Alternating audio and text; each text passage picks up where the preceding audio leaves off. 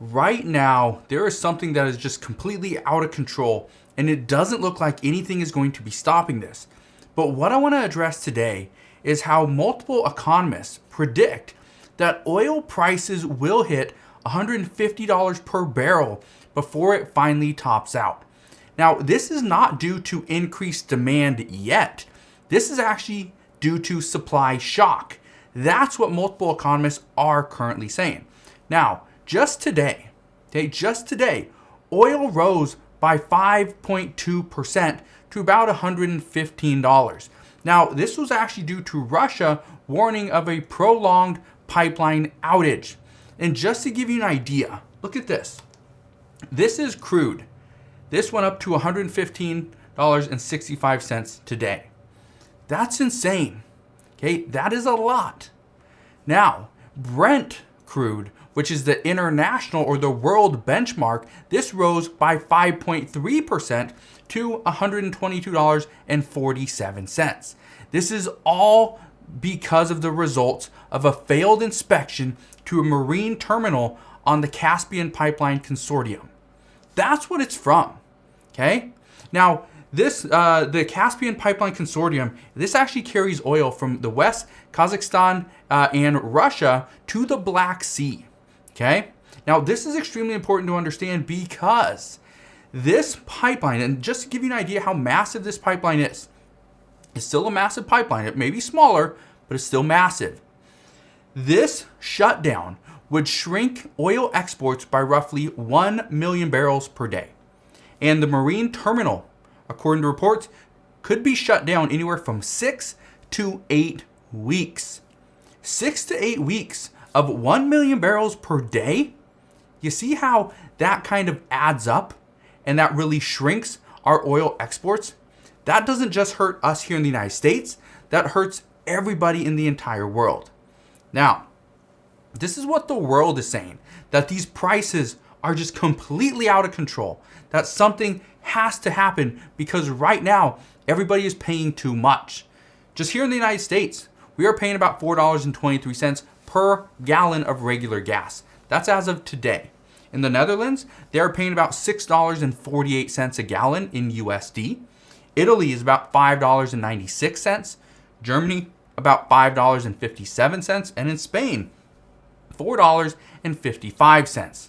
Now, these are obviously insane prices.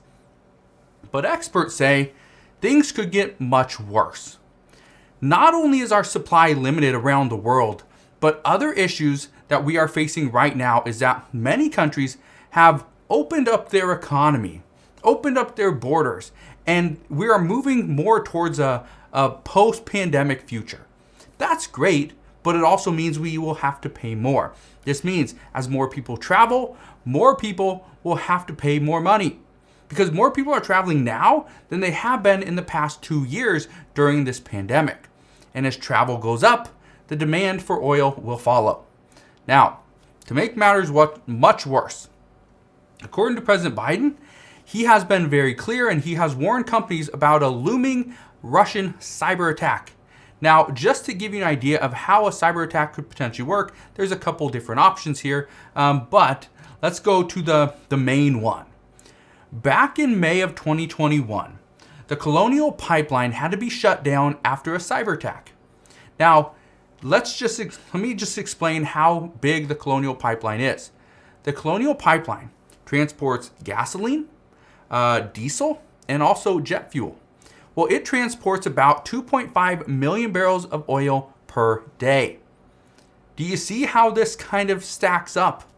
We got 1 million barrels of oil from the pipeline over in the Black Sea. We got 2.5 million barrels of oil if this were to happen again, which hopefully it doesn't. But if we see another cyber attack and this pipeline, the Colonial Pipeline, has to shut down, let's say for just one day, we lose 2.5 million barrels of oil. Now, if you thought gas prices were bad now, you don't want to see what gas prices would be if we saw systems get shut down, right?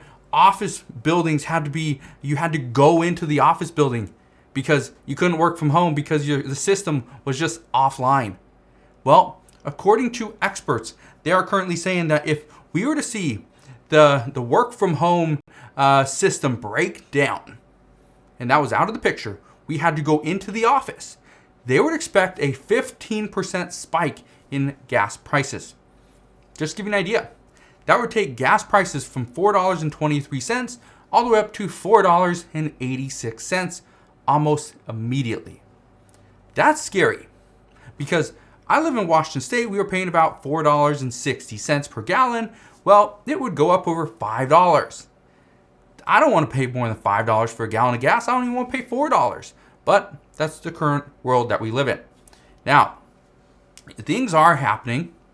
We know that the U.S. has different proposals on the table to try to help out the American people and really provide some relief from the pain at the pumps. But nothing is getting the support that it needs because of multiple outside issues. Some of these issues include midterm elections. Another one is that Democrats propose the bill and Republicans say, well, we're not going to pass that because that's going to help you. That's not going to help us in the midterm elections. Again, it's coming down to the midterm elections. Now, some also don't like the fact that additional stimulus checks would actually create additional inflation, even though some Americans say we would rather pay more later and get the relief now. But others say, no, we do not want any inflation. Let me ask you, if you got, let's say, a $500 stimulus check, are you okay with paying more for gas and food and retail products in the future because we're going to see inflation continue to go up and up? Or would you rather not get any relief now and then we don't see inflation keep going up? Let me know your answer down in the comment section below. Now, even governors are jumping on board to try and lower the price of gas. We've seen a few states actually pass a gas tax holiday. Some are only going to do it for about 30 days. Others, well, very short amount of time. It's not going to help much, but at least they are trying. Now, in California, we did see that Governor Gavin Newsom, he's proposing car owners get $400 gas rebates. This would actually be up to 2 cars or $800 per household. Now, many have actually wondered if this would be more of a kind of a mental trick, as prices would eventually go up anyway. So even though help is potentially coming, some economists say the help that is coming will actually hurt you in the end. So again, it comes down to that thinking. Would I rather see help now and I'll pay for it later? Or should I suffer now and I'll benefit for it later as well? So I'm just curious what your thoughts on all this really are. But here's what's interesting. We're seeing gas prices go up. We're seeing oil, okay, it's shooting up. But what's interesting about this is that right now, as the price of oil is surging and the American people are paying more, is that oil workers around the world are saying that they aren't seeing any of these increased profits coming their way. And according to a recent survey, we know that 1/3 of oil field employees have not received a raise in more than 1 year. Another 21%, they say they have actually seen their pay get cut over the past year.